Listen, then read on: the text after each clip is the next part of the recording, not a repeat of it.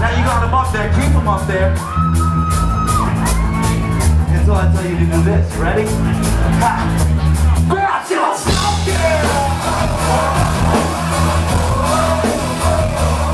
it's your dope, girl. Don't take me. It's your tangerine. Hey, I'm Anthony from YesGoodMusic.com, and I'm here with Cam from down with Webster. There's been a lot of controversy surrounding your song Royalty and Sierra. I actually heard about that last night on the bus. I didn't know there was controversy, but apparently Mount Eden tweeted at us. Yeah. And they're not happy. So let it begin, I guess. Do you want to clear up like what's going on? Yeah, well, Mount Eden is like, that's where I first heard the sample used. That's like the first song where I was like, man, I really want to rap on this beat.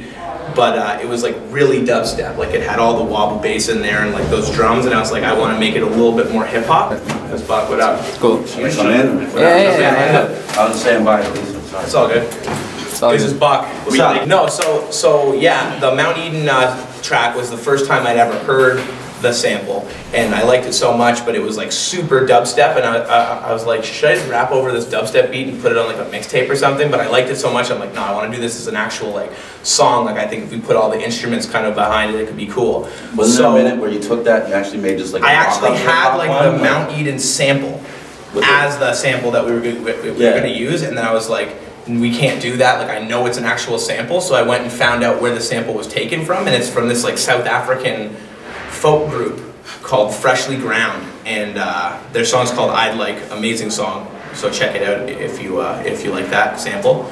And we pulled it out and then actually got a friend of ours to come in and re-sing it because we wanted it to sound a little bit different, like I didn't want the exact same sample, and then we put it on a record. And apparently Mount Eden got pissed off, I heard last night, that they weren't credited as having that sample. Unfortunately, they didn't write that sample. It was like, although I did chop it in a similar way how they chopped it, so I guess I can see their point of view. But at the same time, like, I've been listening to hip hop forever, and like that's a classic hip hop move. You find a good sample and people run with it and make their own versions, and it kind of gets spread around, and that's like a big part of it. Yeah. All right. So I'm guessing you're big fans of dubstep because you have your song Down with Skrillex too. So are you guys I've been like a fan of dubstep. I don't know if I'm like that's not like the first thing I put on in the morning. I definitely am into it. I'm pretty much into everything.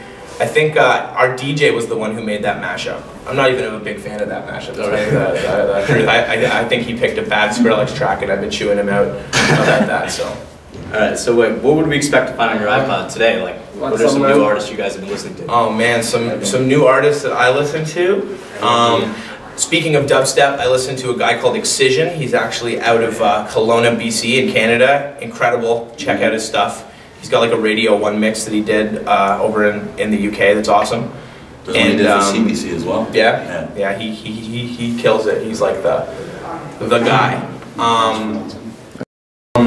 Yeah, and then in terms of like, I still listen to a lot of hip hop, and I still listen to a lot of new and recent hip hop. So like A$AP Rocky, I'm into him. I know he's playing a show in town. Yeah, tickets. Yeah. So I'm into that. I saw him in LA. He was awesome. So I'm trying to think of who else is like new and up and coming. I'm still into Drake. I've always been a big Drake fan. He's from my hometown, so I'm into his new record for sure. Space. Oh yeah, and The Bugs. Our sound guy Connor put us onto this shit called The Bug, and it's like this really like violent dub music out of Jamaica that's like just talking about like guns and famine and shit. It's really like, I think if I knew what he was saying more, I'd be kind of depressed by it, but I can understand what he's saying. It's that's why I was laughing my ass off, because I'm hearing you guys play this and I'm hearing everything you say. Yeah, like you understand it, so it makes sense to you. It's some creepy stuff. Imagine like Cage or like or Necro meets like dub music. Yeah, it's like horrorcore dub music. So I'm into that. It makes me happy, but he gets creeped out by it. Just a classic question. What are your main influences as a band, would you say? Because you guys sound really 90s, but then you have almost every genre.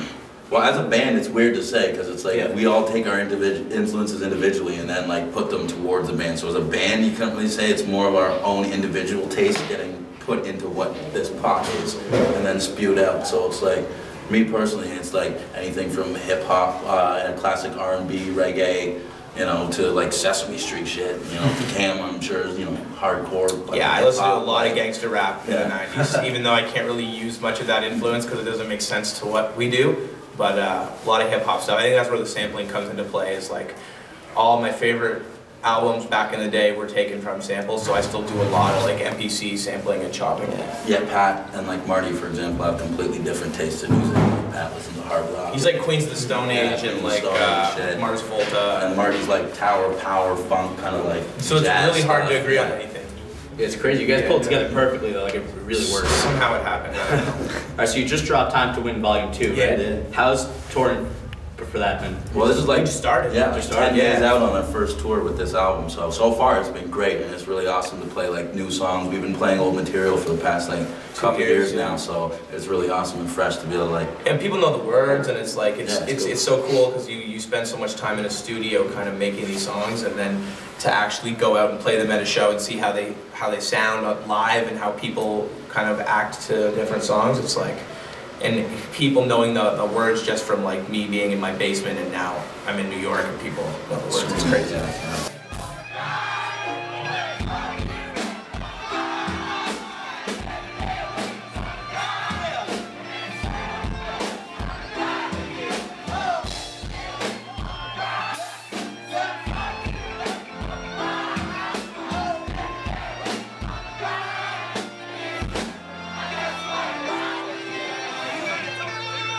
All right, so last question. What was the recording process like for that? How do you guys? Totally schizo, man. Really It was one of these things where like we're recording in like on top of a convenience store in Scarborough, which would be like saying Brooklyn in New York, and then the other part of it was recorded in like this haunted house in the middle of nowhere. Like, yeah. And then some of it was recorded at, what was the other place?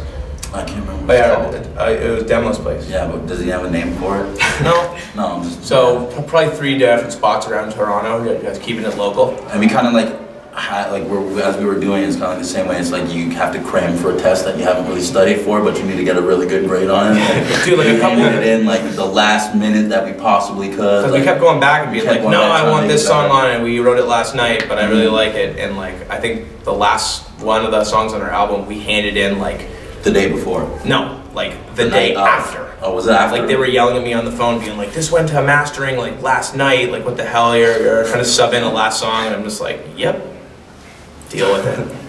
All right, so we're gonna close it up. This is Anthony from YesGoodMusic.com with Download Webster. Make sure you buy their new album, Time to Win Volume 2. And that's it. What you want to hear, but I'm wrong. Probably let him down too much with this song. Saying that you're out.